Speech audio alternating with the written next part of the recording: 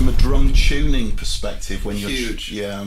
Drum tuning is huge. You know, it's everything. When it comes to drum sound, it's so funny because it's all source. You know, it's source and it's room. And yeah, there are certain mics that, you know, I've had for that style, for that genre. There's absolutely certain mics that are critical. So everything's important, but you know, you can have the perfect mics and you can be in the greatest room in the world and the drum shit sounds shitty, drum kit sounds shitty, or the drummer's shitty, has bad technique. You know, the sound is extracted by the guy's hands. If the guy's got shitty technique, that you're screwed. And if your tuning isn't exactly right, certain style heads, and especially you get tom tuning and kick tuning. And in a metal drums, for me, obviously you don't need a huge room.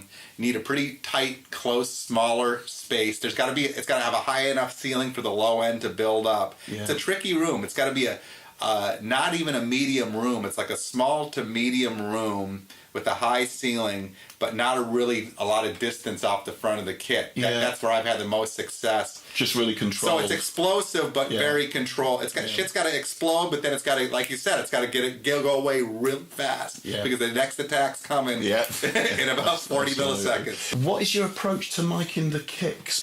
I really like the Sennheiser E602 for inside the kick. All this, there's a whole slew of new microphones that have come out from each one of these companies, and they kind of have the curves pre-built into them, the accentuated attack and the pre-built-in mid dips and a little bit of a low-end boost, but they work great. And that's the mic that I like to use a lot for that thing. I'll put the NS10 on the outside, and I'll usually have something on the front of the kick, like some kind of a 47 FET or that. You know, I even have used this thing called it's a cheaper mic, but it records really, really good high sound pressure levels. Is the SC Titan. That'll usually be those three microphones would be my three close mic combination things for the kick. So. Moving on to metal drummers, obviously using quite a lot of metal work and expanded cymbal setups. How do you go about capturing?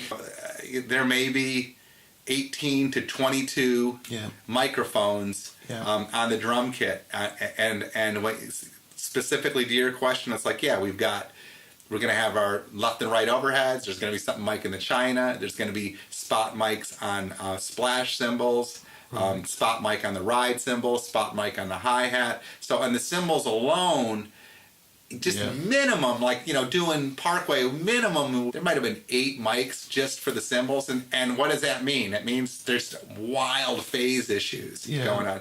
Every time you add another microphone to the mix, you're adding another, phase issue. Yeah. So there's, in this case, 22 microphones got to point at sound sources, pick them up successfully, reject as much as possible, grab the frequency content that you want to supply to your overall picture while rejecting the frequency content that you don't want for that particular source, and not disturb the phase of the whole thing. But generally speaking, you'll go for sort of spot mics on the cymbals and a spaced pair. Yeah, and I'll do the spaced pair first, and the spot mics come in later. Overheads are critical. How they're placed are critical to the end result of your overall drum sound. And really, cymbal, look, the only thing that you're going to be fucked in the end, it's in metal productions, like everybody uses, some kind of drum enhancements, let's just say. Yeah. Samples, okay? But the one thing you're locked into are cymbals. If your cymbals sound like shit, your whole record sounds like shit. Yeah. Your cymbals are a critical component of all rock records, and especially metal records. So, overheads. The key is that the overheads don't become room mics. Your overheads got to be overheads. Yeah. And they got to be, for metal, they really can't have a lot of room in them. So sometimes if you're in a big room, you got to build a room within a room, and you got to dampen it down and all that stuff, which you see all the time. But the key is to find a room where you don't have a lot of extra ambience going in there. And then, yes, there's always room mics in there. There's multiple room mics in there. There's at least 2 different mono room mics that I use in 2 different types of things, and then there's always a stereo pair in there, because that air is important. There's all kinds of tricks, but it's important for what can be done with the snare. And I'll give you some examples of some of the cool things you can do with even short room mics.